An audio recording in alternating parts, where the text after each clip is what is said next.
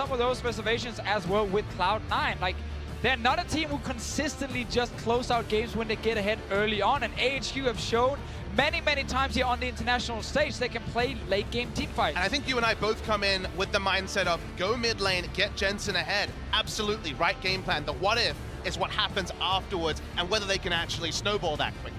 Well, one way domestically that Cloud9 has usually found some success is through their drafts. Let's see how they can draft this game against AHQ. We are into Champion Select. Galio, Rakan, Thresh all banned out by AHQ. Cloud9 responding by banning out Kalista and Jace with 1 left to go. Very interesting, you're spending a ban on Thresh in a Lulu versus Janna meta with both those champions available. It might be AHQ saying we are afraid that C9 are not going to play Ardent Sensor. They're going to take that Thresh against our Janna or Lulu and try and stomp that lane. It's basically, you look at these bans and say they're forcing Ardent Sensor. If you see Rakan and Thresh, sure, Rakan can build Ardent Sensor, but it's usually a later purchase. So banning away these two playmakers basically guarantees non-interactive bot lane. And one small factor that also means is that if we do see Janna versus Lulu, guess what? The junglers can set up around mid lane, around top lane, and leave the hyper carries to par. You said the magic word, Papa Smithy, non-interactive, and the Janna is locked in. That one's picked up for Cloud9 in the support role, and they'll pick the Xayah to go along with it. I'm surprised Tristana is not the choice here for Sneaky. When you are against a Jarvan, Tristana is just the more valuable AD carry because Xayah cannot get out of the Jarvan ulti with her own. She just gets up in air and right back down.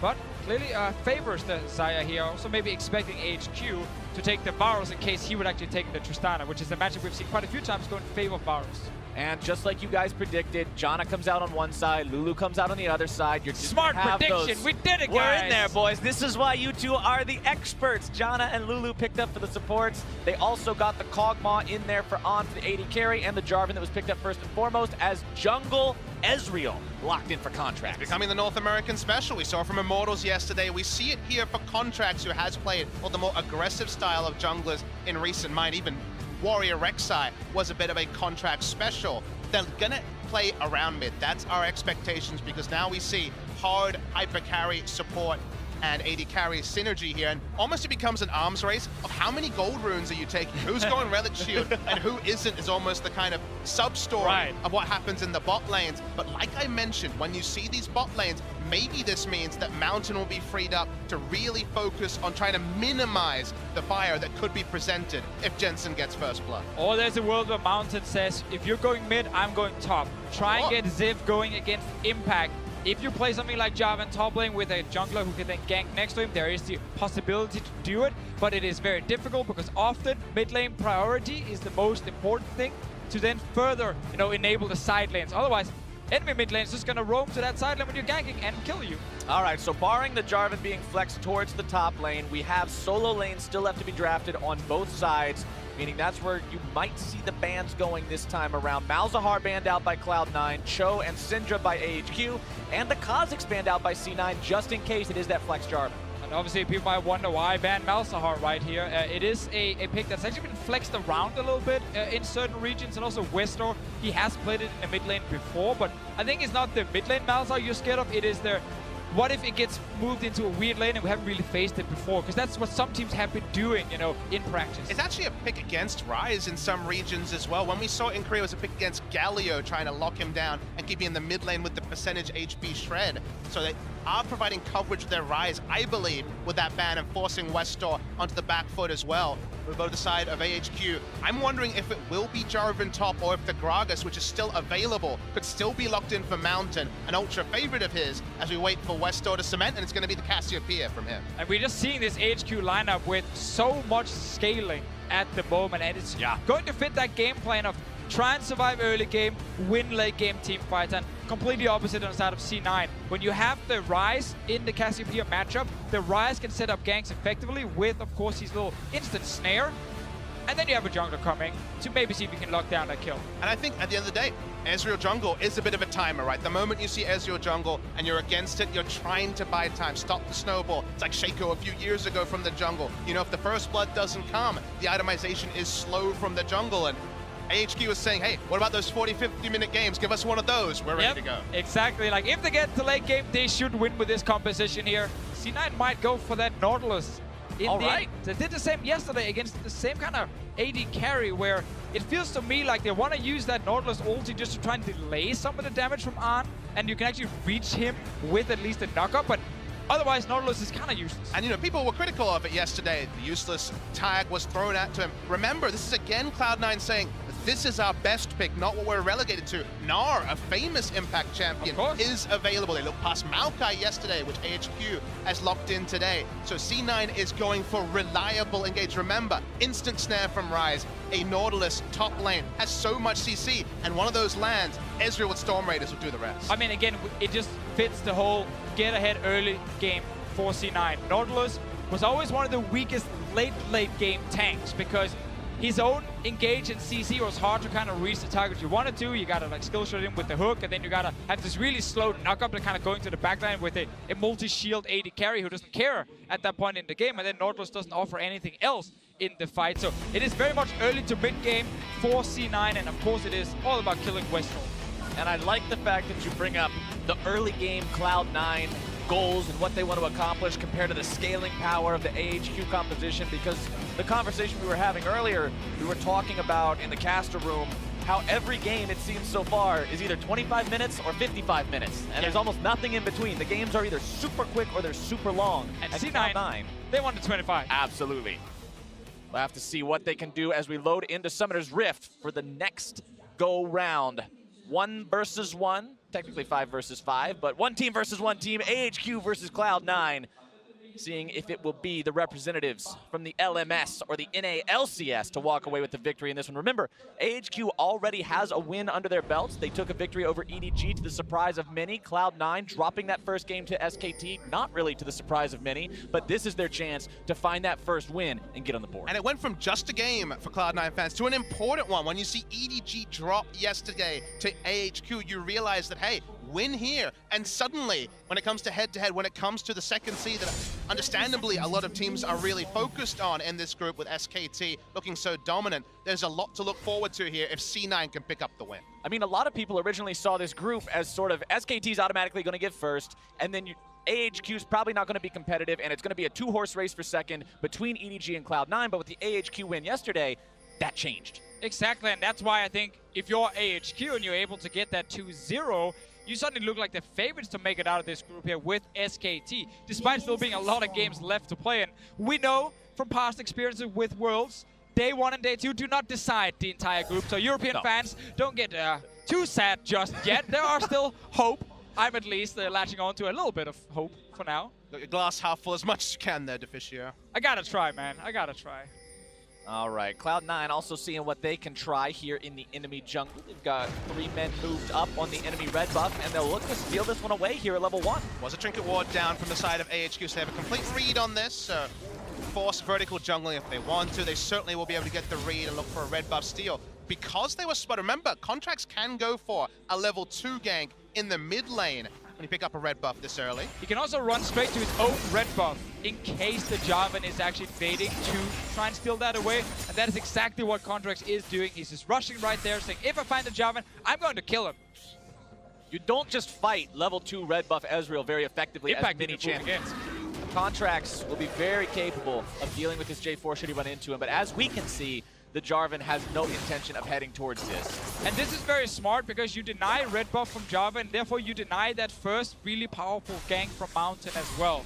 If you are C9, you know Jensen are going to play aggressive, you know West is going to sit at his tower, you do not want this Ryze to die very early. And I think it's a smart read because the only possible gank you could see from the side of AHQ was a level 3 or level 2 red buff Jarvan. He certainly doesn't have a red buff. That information is confirmed for the side of C9. So now he will purely play the game of trying to counter gank mid and top. That requires deep vision, that requires extra early information. So having him now have no offensive options is pretty big. As speaking of offensive options, Contract's already bot lane. Contract's going for an early gank here on the bottom side. Alba's going to eat the Mystic Shot to the face. Doesn't quite find the Glitter Lance where he wants it. A little bit of damage being applied to both the bottom laners of AHQ. Contract's walking himself away, no worse for wear. Goes right back into the jungle.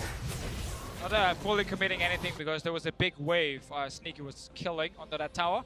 Not ready to leave as one of the worst feelings as an AD carry when you're sitting and about to pick up a big minion wave and then your jungler is actually ganking for you. You gotta skip that wave and rush forward. Sneaky says, no, just step away, Contracts, go back to your jungle. And speaking of bad AD carry feelings, I remember earlier in the season when Doran's shield got the buff, there was Sven and other AD carries saying, no, not my item, I'm going Doran's blade.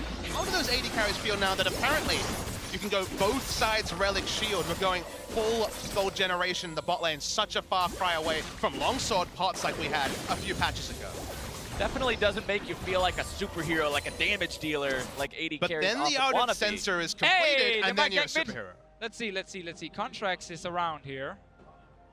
He's on a ward. Hanging out on a ward, so not likely to see a whole lot happening here. Mountain at half HP, sitting on his own Krugs that he recently took, so not really a whole lot to see happening here either until Contracts makes another appearance bottom side, but again, spotted. These wards are just ruining his day. Jungle Ezreal is so dependent on getting going early too. Like, you want to see this pick succeed with some early ganks, but it's just not happening yet. Yeah, so let's give credit to AHQ and their early vision control here. Yeah. Actually kind of reading, okay, on bottom side is where we're expecting the Ezreal to be. Both wards spotted him and avoided a gank in mid and a gank in the bottom lane. And these things are very important when you play against these comps that wants to get so far ahead early, like we see from C9. A lot of teams tend to skip some of that early vision, and suddenly they get surprised. If you think about it, all AHQ are focused on is sustaining, is getting to the late game. So if your wards are off point, your entire early game plan has completely gone out the window. So it's good to see them understand where the pressure's to be played, because you could have thought mid lane. It hasn't been any mid lane focus just yet from Contract. Yeah, Westor been sitting very far back in his lane, making sure he's not an easy target to gank. Of course, after seeing Contracts down in the bottom lane, Mountain are able to go in and steal away most of that Raptor camp and get another deep ward, while Contracts is stuck on the Crux, which kind of sucks a little bit for the Ezreal. Takes a lot of time for him to actually clear it in the end, and he's not able to apply pressure right now because he's trying to make sure he's not falling behind in experience. I wonder what percentage of the game he's been sitting on a ward. He's spotted again as he walks up to the Raptors. So much smart vision put down from AHQ. Their read on Ezreal is probably similar to their read on, say, Nidalee, for example, if that was the jungle pick selected. That's the right read with what Contracts has been playing recently, and keeping tabs on the aggressive jungler has been gold standard so far for AHQ.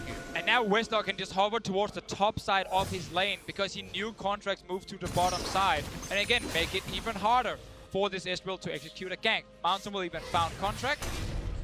Mountain's one level up, but still not wanting to flex muscles against this Ezreal just yet. Contract's trying to steal away the chicken camp. He'll take one little tiny one. Mountain smites away the big one, though. I mean, the what-ifs are what's going through the head of Mountain here. He knows the game plan. They've stuck to it so far. Sure, there's a chance of a kill, but it's Flash, it's Ezreal with the Arcane Shift. There's mid-lane priority for the Rise. You don't need to have the Bloodlust. That's not what the comp was set up for. That's not the win condition. So I like to see HQ, wherever possible, playing smart defensive rather than just giving up creeps, because they are still keeping competitive in CS. Because if Mountain had gone all in right there on the Ezreal, with it, Westor would have to actually give up quite a lot of minions in mid lane to try and join him. Otherwise, Jensen could just ult in with this Rise here and then instantly take down Mountain and force his flash. So it's a cool game plan. I like the discipline as well from HQ so far. It's on C9 to keep forcing, though. Losing the minimum, it's an art. It's a very difficult thing, because the red buff here, it's a smart sweep from Mountain, but we know Contract's close. Very smart sweep from Mountain, expecting these jungle Ezreal shenanigans to try to catch him at his buff in a vulnerable position, grab some cheesy free kill, but not today. Good not pressure, yet. though, from C9. Deep vision coming in, killing that ward as well with the control ward. And you have Jensen controlling mid, so he's not killing Westor yet, but he's always able to move first with the Rise here. And once again, Westor knows Contracts is on the bottom side, so he's staying towards the top side. There we go, looking to make a play onto Westor now. Get the cleanse out of him that time. That point and click CC from Rise, so effective. It's why you've got to take the cleanse against this champion, but that's one tool out of Westor's arsenal the next time Cloud9 tries this. Turn to the red buff as well. Will probably be a contest. Mountain puts down the ward. Mountain really not wanting to give this one away to Contracts, but Contracts wanting to steal this now, especially with that cleanse gone from the Cassiopeia. They're confident in this 2 versus 2, but it might be even more. Contracts gonna be jumped on, but gets himself away along with taking the red. Nicely played by Cloud9 so far. They find themselves cut off by the Miasma. Realm Warp comes in, gets them all out. Westor's now the one who's forced to slither away. Flash gonna be coming out as well. Impact makes the rotation, and the damage is there over the wall. First blood. Excellent teleport coming through from Impact. A lot more decisive than I expected from C9. They do pick up the first blood. It took 8 minutes, but they start to break the game open. And again, it starts with Jensen pushing in Westor, moving down first. So when Westor had time to join, he walked past that Raptor camp, found himself all alone without a good way to actually get out. And then earlier ward placed by Contracts near the Raptor camp was used to TP on. And what were we saying at the beginning of this game, boys? Talking about the Cloud9 game plan every time. Play around mid, get Jensen going. This is the default that this team falls back to, and it's working now as they find the kill into Westor. An early game, what does Nautilus have? Reliable pushing and just the most reliable of teleport games. We're gonna see the replay. We're almost surprised by the base damage of the Flag and Drag onto Contracts. They thought they'd zoned out, but this is a really smart use of the Realm. Yeah, great TP as well. And then, of course, a ton of CC on this Nautilus here once you get onto your target. Think again about the Realm Warp. It stopped him from going back to mid lane. He had to walk towards the Nautilus. That was the only place he could go. I think another awesome thing here is C9 are not ganking mid lane. But what they're doing is they're using Jensen and Contracts together to actually play around each other. So it's not just Contracts trying to feed Jensen, it's actually Jensen using his pressure to feed Contracts, allowing him to go into the jungle, kill away some of these camps here, deny Mountain whatever he can at least, and then his Esh will get a bit of farm. But Ezreal is not getting any early kills, and he is currently a level down as well compared to the Jarvan. Also want to point out that Cloud9, while they did get the first blood, they had to invest significantly into it. The teleport from Impact, as well as the flashes of 4 out of 5 members of this team, means they may find themselves at a disadvantage if another skirmish happens to happen before those summoner spells come back up and available. Westor, though, still without either summoner spell, may still be vulnerable as the tanks in the top lane just continue going back and forth, blow for blow. You can see the catalysts up on both of them, so the build's going to be very similar here as well. Jensen and Contracts, again, just trying to counter jungle whenever possible. Even if the pick ban wasn't enough, you press tab, you see that already a very fast Targon's Brace is completed for Arn. You're under no sort of illusion that AHQ is trying to lose the minimum. It's an Infernal Drake spawn. First, there's 4 control wards already placed around. AHQ keep waving the white flag and saying, not now, we'll get there later. So I'm going to look for C9 to make that Infernal Drake take as fast as possible. Absolutely. Now grabbing the root onto On. Sneaky playing aggressively on this Xayah, now utilizing that Blade Caller to get the Feather Root. And I want to talk about like the next step for C9. It really is around bottom side. Push in this lane here from HQ, roam down with Jensen first, who can always move before the Cassiopeia, and then just get pressure on bot lane here. That suddenly means there's now a Dragon available. There is no teleport from Impact. Zip needs a few more seconds on his. Cloud9 going for this now. Get away, that Westor. TP available. Westor trying to get out, but now he may just be collapsed on, getting himself the Petrifying Gaze. The damage coming down onto Jensen. The root into the Dunk Mountain, not able to find it. And Contracts fires the True Shot Barrage. And Smooth is showing why he took Janna early over the Lulu, because there is a Jarvan on the other side, and you can deny so much damage from AHQ lineup by using this ulti perfectly from Smooth. Another shield coming in as well. Jensen making sure he stays alive. And AHQ did not need to make that initiate. It looked like they'd get away scot-free, but they give up 2 kills. Not yet the Infernal Drake, but when you have that sustaining playstyle, that defensive playstyle, sometimes you go awry. I am pretty sure HQ are saying we need a few more seconds for teleport. We can then actually fight and stop them. But because of the ulti from Ryze, the fight breaks out way earlier. And then suddenly the TP was not ready, because it was up about the time Westor died. TP was ready from Ziv. We're talking a few seconds, but because C9 disengaged from the Drake and take the fight, well, then HQ's game plan kind of go out the window. And now the TP is up, not only for Ziv, but we're just moments away from it being available for Impact too. So both top laners will now have the opportunity to get involved in the next fight when it happens for that Infernal Drake.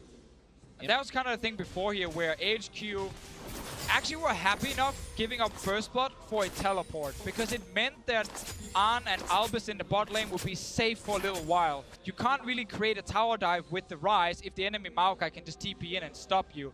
Now the fact that C9 still managed to get a few kills and get Impact TP back, well, suddenly C9 can play around this bot side and actually do it properly. And speaking of properly playing around these things and setting up the fights, Ardent Sensor now up on both of these supports means that you are going to have that extra fighting and damage capability in the fight. But that's the only even thing about where the game is at. It's obviously recurve for Pickaxe for Cosmos. So far from the Rage Wave, they're actually teleporting in after the Drake goes down. The attempted steal from Mountain not quite coming through. Contracts making sure to use the True Shot Barrage to get the burst down there, as well as Mountain going to find himself caught out over the wall. EQ comes back in time to get himself back to safety. Didn't have the flash there, so really needed that. Contracts now chasing further after Albus. A little bit more damage to do the trick, but the flash away from the Lulu keeps him alive. Smoothie and Contracts continuing to apply the pressure after grabbing the objective. Yeah, because now it's Ziv without teleport, because he was trying to use it there very late for that Drake. They could never actually fight for it, so it was just a bad call from Ziv and AHQ. And C9 will now get full control on the bottom side. Rise can move down, they can even TP in, and they will get a lot of damage on tower. Yeah, the snowball plan's really working here for C9. When you think back to what happened when the double kill came through from C9, honestly, I think taking away the aggressive control wards that C9 have placed down to allow, say, a level 11 Realm Warp from ruining bot lane was higher priority than denying an Infernal. You already have a fantastic late game fight on the side of AHQ. You don't need to fight for everything, and choosing between what you give up and what you fight for is what AHQ drafted themselves into. They drafted themselves into that corner. And that's why it's actually a shame, because the first 10 minutes we felt like they were really following that game plan. Not taking any risky fights, not giving away anything. Westor played super safe in his lane. After 10 minutes though, that game plan kind of disappeared, and they were suddenly calling for fights for no reason at all. It's cost them now twice, and C9 have already picked up the first tower. I mean, let's talk about what would have happened if it was, say, match teleports, a 5v5. It's Abyssal Mask buffing up the Rise damage versus a Catalyst and some other tank items. It may have been Ardent Sensor on both sides, but the Rage Blade wasn't complete yet. They didn't have the tools to fight, and it certainly didn't have the levels and the time to fight. So that's why it's so strange. The teleport came in, the fights went in. It's been up and down from AHQ after a solid first 10 minutes. AHQ will need to continue playing patiently and safely if they want to be able to win this game. That is pretty much cemented at this point. But if you're Cloud9, what's the next step to continuing to snowball this lead and getting where they need to go? And I think just following on from that question, it's both teams kind of have to, specifically AHQ, what do we have to fight around? Because it keeps morphing as lanes get longer, as the ability to put down wards on first Rift Herald, then Baron gets longer. It's so hard to choose, and it evolves depending on the mistakes you make early. Yeah, the plan here for C9 now is to continue playing around Sneaky and Smoothie. It's actually not about playing around Jensen specifically. They just need him to push the lane and be able to move to the two side lanes. He can then either go bot lane and gank, or go top lane and secure another tower or Rift Herald. He's going for the gank option. Bottom side is going to be Impact, locking down the Ziv with the CC. Nature's Grass comes out. Ziv trying to buy himself some time to get away from this one, but I don't think it's happening today. The damage from Jensen should be enough to take him down. Flash away. Oh. Twisted advance onto the scuttle grab, but Jensen will flash right after him, landing the root. Now Westor showing up, dropping the miasma. True Shot Barrage coming down. They're bringing in the cavalry, and Jensen grabs the kill onto Ziv. Now Westor sticking around a little bit too long. Petrifying Gaze not quite going to be finding the stun today. Contract looking to chase him down, but now the combo is interrupted, and Sneaky grabs the kill on him out. Like bowling pins, they come one by one and get bowled over by C9. All they can clear is some wards on the top side. Just a bit of topping up with the Monsoon. And it's going to be mid-lane turret, and this snowball is starting to crash down the hopes of AHQ. From a snowball, looking more and more like an avalanche. Cloud9 building this lead, going from the early game into the mid game, rotating around as a team, finding these picks, finding these moments. Let's take another look at how it happened. This situation here, when Jensen is deciding to go bottom lane, it actually gives AHQ a chance to make a play on the top side with 4 versus 3. But they decide to say, we can actually try and save our Maokai. Ziv is doing a great job just buying a lot of time, but his team is not doing anything with it because they make the call to actually go down here. And then suddenly, Maokai can't get out. Westor needs to use everything to escape, and Mountain is saying, I want to save my mid laner now. And you look at the minimap, and all they really got was a couple of control wards around the Rift Herald. And then because people are living so long, because earlier damage was a bit higher than expected, commitments are being made. And that's where I feel the communication, that final killer call of commit or disengage is starting to go awry, because in a couple of half-second decisions, AHQ have really opened up an advantage for C9. Yeah, it really seems like AHQ are are deciding on a play, and then no matter what happens, they're going to stick to it. The call there was try and save Zim, and that's why they kept walking in one by one, even when they could have just stepped away and let him die and nothing else could happen. Same with the Drakes earlier, where it very clearly seemed like they were saying, we need to fight for this Infernal Drake. And then they actually ended up costing him because they were not ready with TP first, and they definitely should not go for the second one. Talking about those Infernal Drakes, it's under a minute now before that second one spawns. That is exactly what Cloud9 wants to see with this snowballing plan.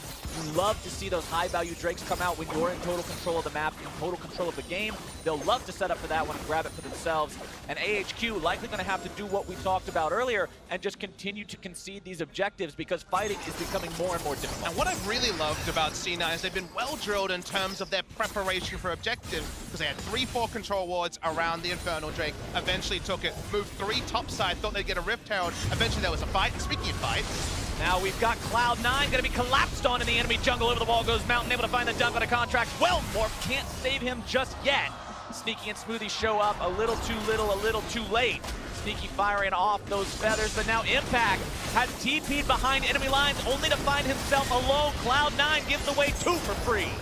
Bit of a misread here. They had previously been played around Region. We saw them setting up and starting to move their wards down bot side, but they were looking for a red buff steal, and that ended up being one objective too aggressive on the side of C9, and they'll probably give up Infernal on the backside. Yeah, that is a huge one here by AHQ. While C9 have been able to get so much gold before this by punishing a lot of mistakes, it's now actually the other way around. And the thing is, as we said in Champs, like HQ's pump is insane in the late game. They've just been making some risky plays that cost them a lot of gold, but the fact they're getting 2 kills back plus Infernal, that is huge for a potential comeback. We're definitely not in 3-sweeper territory yet, so there are wards here giving AHQ advanced information, and C9 feel like they can play in multiple parts of the map. The collapse from AHQ was first, was on point. Doesn't matter how many items are stacked onto the Rise and onto the Xayah. They give up the Infernal as well. You look at the gold lead, it's not 5,000 yet. It's still going to be closer and closer as the game goes on, and C9 need to find a way to stick their leads. And look at what's being displayed on your screen right now. Cloud9 with a lead at 20, a 74% win rate. If they have that, that seems solid at first, but then you look at where that ranks among all other Worlds teams, they're 22nd out of 24. And that's including play-ins, remember. That's a lot of teams, and that is not a strong suit of their game plan. They are not following into what we saw earlier with playing around control wards. People across the map making decisions that may cost them. And what we can say about AHQ, it was fully evidenced yesterday against EDG. You give them late game, they've drafted for it, they're ready to go. We know HQ will never give up in these late game fights here. They're trying to protect An every single time and see if he can be the big carry. Westor is trying to at least deal a bit of damage, but it's not about him. Normally when we see HQ in late game, it is really about just protect this AD carry. Cloud9 unleashes Shelly in the top lane, finds himself their 3rd turret. That will be the final one in that outer ring. But what did we see yesterday, guys? We saw AHQ against EDG in a match that went forever. EDG made quite a few punishable mistakes, and AHQ, because of that, found the win. Cloud9 cannot allow themselves to fall into the same trap, or they might suffer the same fate. Now on, they be collapsed on here. Cloud9, 5 men strong. We're going to take down the AHQ bottom lane. Root comes out, damage comes through. Wild Growth is there, but it will not be enough. On goes first, Albus goes second, and Cloud9's looking for Baron. And that's the kind of play you're looking for if you are C9. You're still trying to play this fast game here. Great use of the Rise ult here from Jensen. They're fighting again. Still trying to stop this. AHQ is not willing to go quietly into the night on this one. Mountain over the wall, ready to steal if need be. Jensen walking away with 10% health. Scryer's Bloom fired off. Cloud9 backing away from this one now. The Baron is stopped. So very early in the game, so tanking the Baron here when your Nautilus is sitting with only magic resistance at this point, and Ezreal jungle is difficult, forcing a C9 to just step back, accept the fact they got 2 kills, and that's still good enough for them. I mean, another pick later, and you got to say, Rise, Ezreal, and Xayah do shred down Barons. You can see why there's a bit of bloodlust in their eyes. We've seen the replay, very decisive, and what I want you to note is that Rise does not take the Realm Warp. Once again, they come up with these pincers. I like the fact that we always see the evolving use of the Rise ultimate, and there was nowhere to run for AHQ. And we've seen that multiple times. Jensen using this ulti to surprise AHQ. HQ very clearly had that plan in mind that then gets completely destroyed because of how fast multiple C9 members show up behind them. And I want to talk about something a bit more general as the game starts to slow down a little bit. And it's about the Ardent sentiment. It's about delay tactics. It's about what we see AHQ draft and what we'll see many more teams draft, these containment drafts, the trust in the late game. I still am fully on the side that playing aggressive is the way to play, even if you do draft Ardent Sensor, because guess what? The shortest way between 2 points on the map is the aggressive path, and if you have the wards down, if you've already done the due diligences, if you're there first, you will reap the rewards. So C9 so far have largely been able to do that. That's why they've grown a gold lead, and I think that's the right way to play the map. Definitely, if you're able to continue actually snowballing, and that's why a lot of teams are saying we don't feel like we can do that consistently, so we want to take the late game draft and just see if we can win late game team fights. And that is also a very fair choice to make if you don't trust in your ability to play that very clean game. I really like the itemization decision coming out from Cloud9 right now as well. You can see Impact with the adaptive helm, trying to get himself away now from the collapse by Ziv. He might have help coming in, but Cloud9 on the Baron while their opponent's time is being diverted to their top laner. Now Impact going to be making that TP up to Baron himself. AHQ, they want to collapse, they want to get here, but it's not going to be in time. Cloud9 get the Baron 24 minutes in. Very important here that C9 is making a good call for Baron, and no vision around it from AHQ, no reaction really happening from them either until it's too late. The Baron was one of the reasons AHQ got back in the game against EDG yesterday, because they actually managed to win a fight, secure that objective around the 30-minute mark, delay the game even further. C9 though get it before 25 minutes. They can now start getting out some of these tier 2 turrets. And it's just consistent play from them. 3 control wards down. They knew there was no chance that AHQ was going to react. No steal potential coming out from them.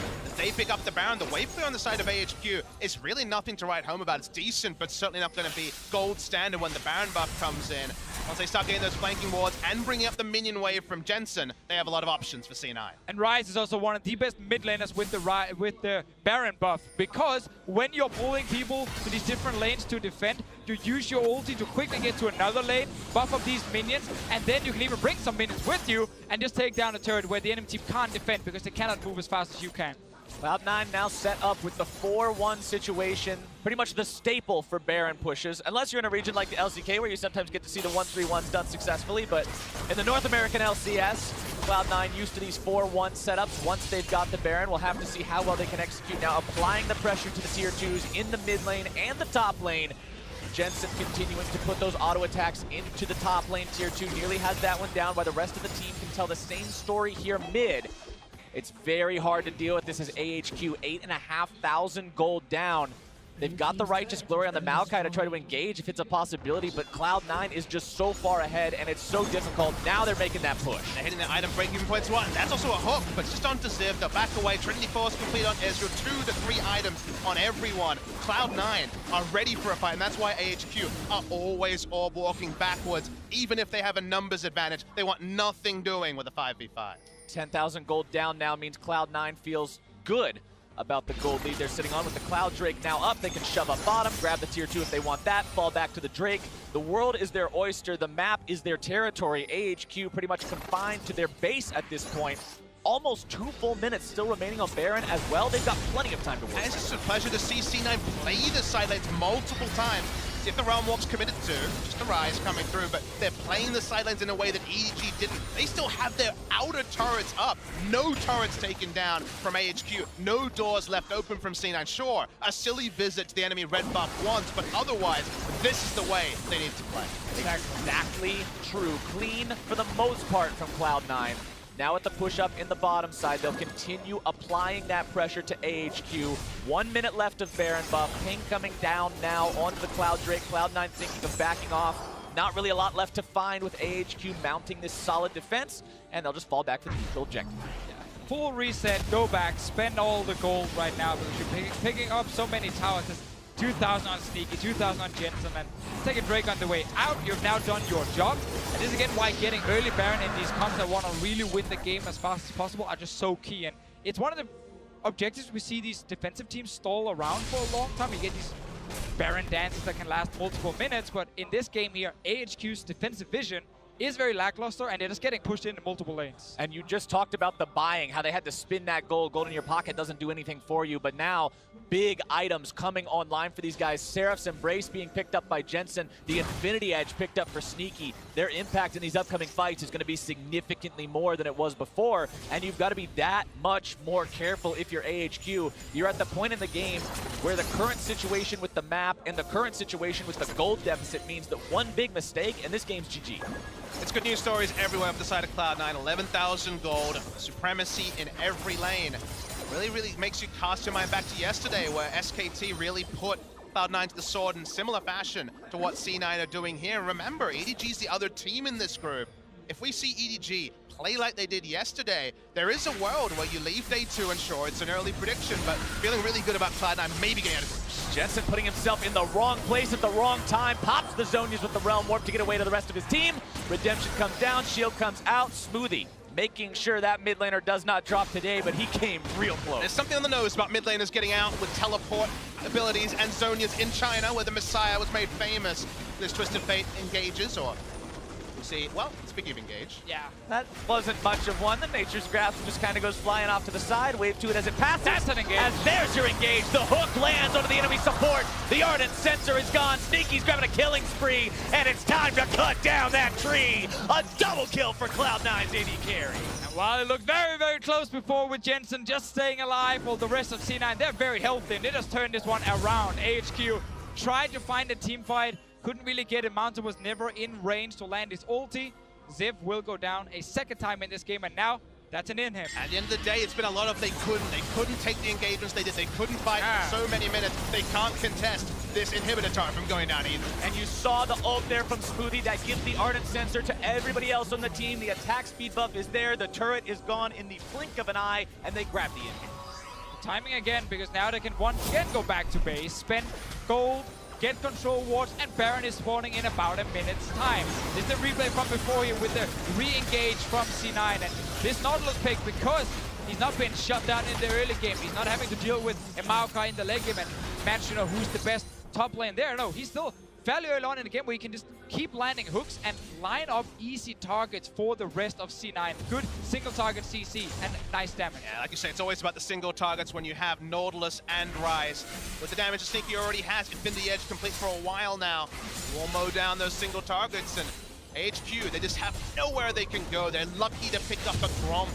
Get a bit of gold at this point in the game. Next Baron is 40 seconds. I'm not convinced C9 need that to close the game, but it'd be a nice cherry on the top of what has been a delicious cake for Cloud9. It's not a need, it's a want, and if Cloud9 want it, they can take it at this point. 13,000 gold up on, looking to put some damage here into Smoothie, grabbing a good chunk of his health bar on that one, but Impact is channeling the TP to make his way into this fight. Not quite going to do it just yet, but the Realm Warp is down, and Impact is now delivered into the back line.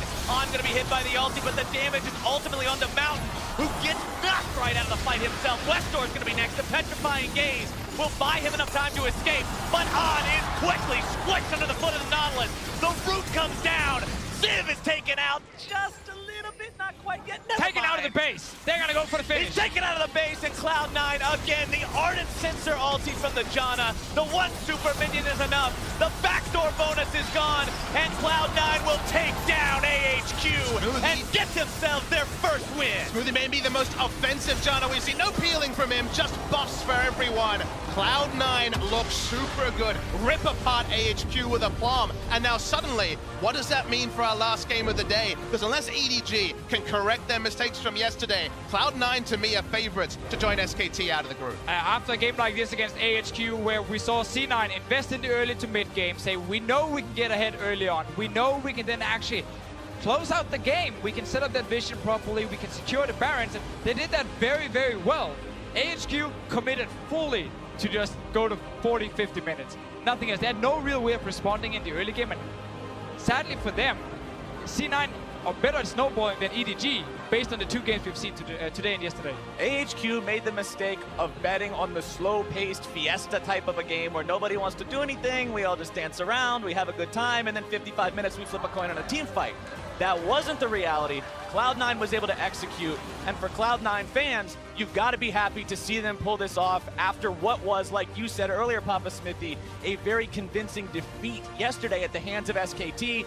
The team is not shaken, they're still in a good place, and they were able to find a strong win. I mean, decisive League of Legends out of Cloud9 is something their fans have been looking for all year. Even essentially when Reaper came in, this was the final point they hoped they'd reach. They've done it in a single game. Doing it in this group is not going to be trivial. And remember that AHQ, sure, they looked to late game, but then they made half measures towards fighting in the early games. They didn't even go all in. They still made a couple of bets and said, hey, if we get the gold now, maybe it's going to be 40 minutes, maybe it's going to be 35 minutes, but they really cemented their downfall. And that was really just the weird thing with AHQ is the fact they gave so many windows to C9 to force early fights, especially with that Rise ulti from Jensen that he used to perfection.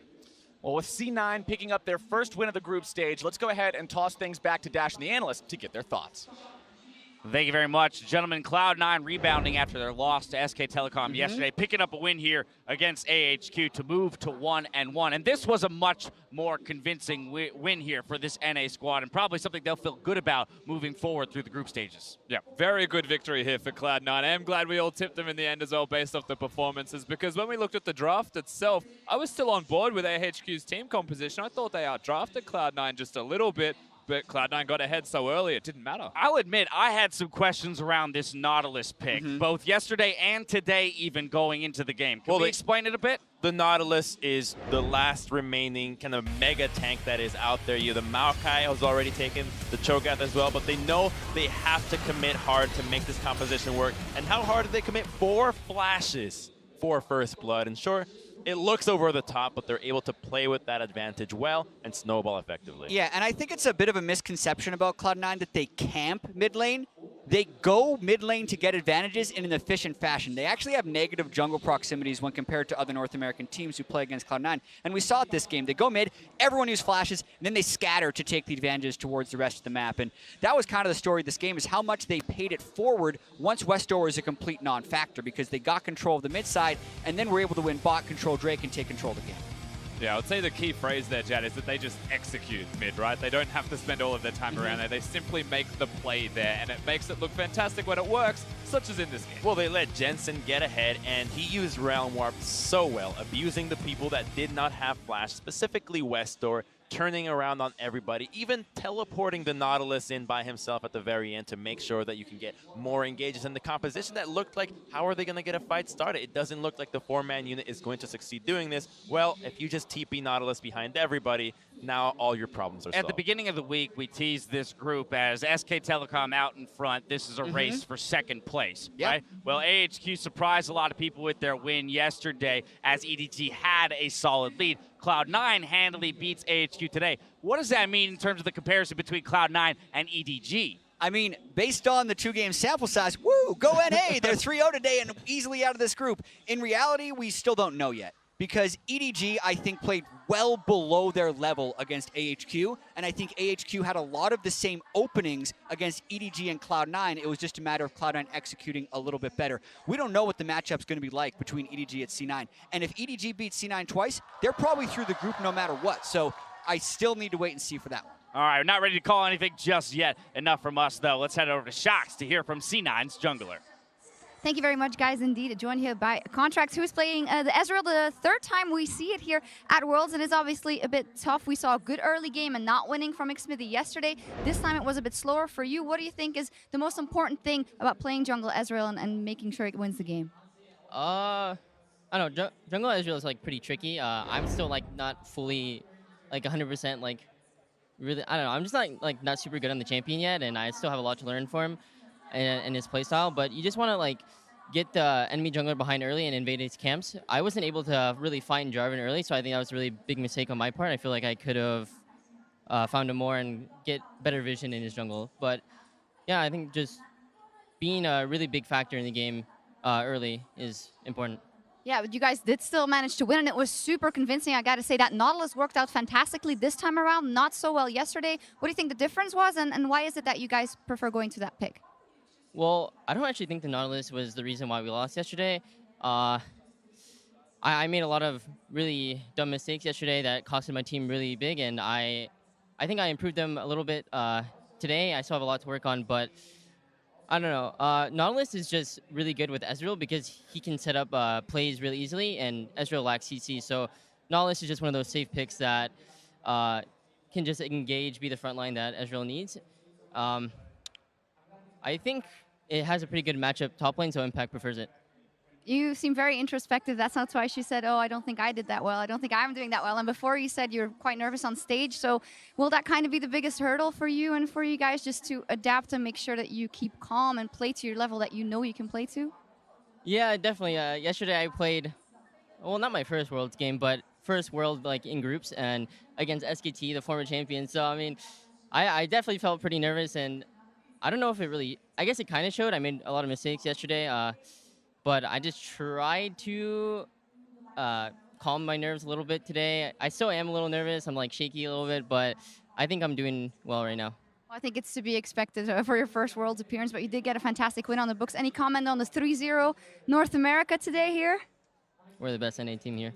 Oh, there we go. Well, thank you very much, Contracts. Lovely interview as well. We're going to take a quick break, but when we come back, it is SKT versus EDG. Don't go anywhere.